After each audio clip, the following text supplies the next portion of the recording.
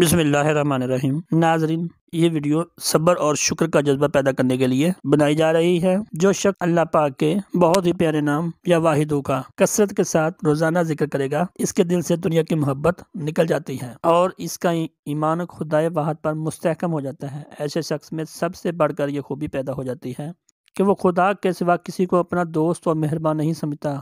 اس میں صبر اور شکر کرنے کا جذبہ پیدا ہو جاتا ہے۔ قلب بیدار ہو کر اس اسم کے ذکر میں مصروف ہو جاتا ہے۔ یاد الہی اس پر حاوی ہو جاتی ہے۔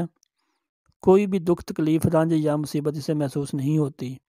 اللہ کی رضا میں راضی ہو کر شاکر رہتا ہے۔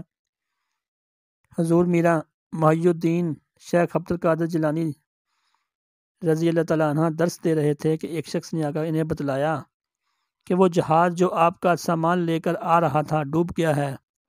آپ نے اللہ کا شکر ادا کیا اور دوبارہ دست دینے میں مصروف ہو گئے۔ تھوڑی دیر گزری کہ ایک اور آدمی آیا اور اس نے بتلایا کہ آپ کا جہاز جس میں آپ کا تجارتی سامان تھا وہ لنگر انداز ہو چکا ہے، کوئی اور جہاز ڈوبا ہے۔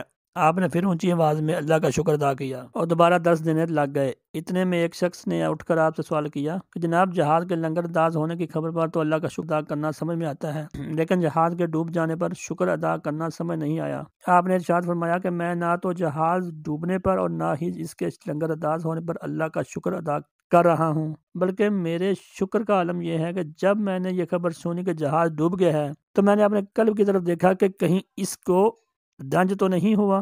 پتہ چلا کہ دل تو یاد الہی میں مصروف ہے، اس پر اس واقعے کا کوئی اثر نہیں ہوا۔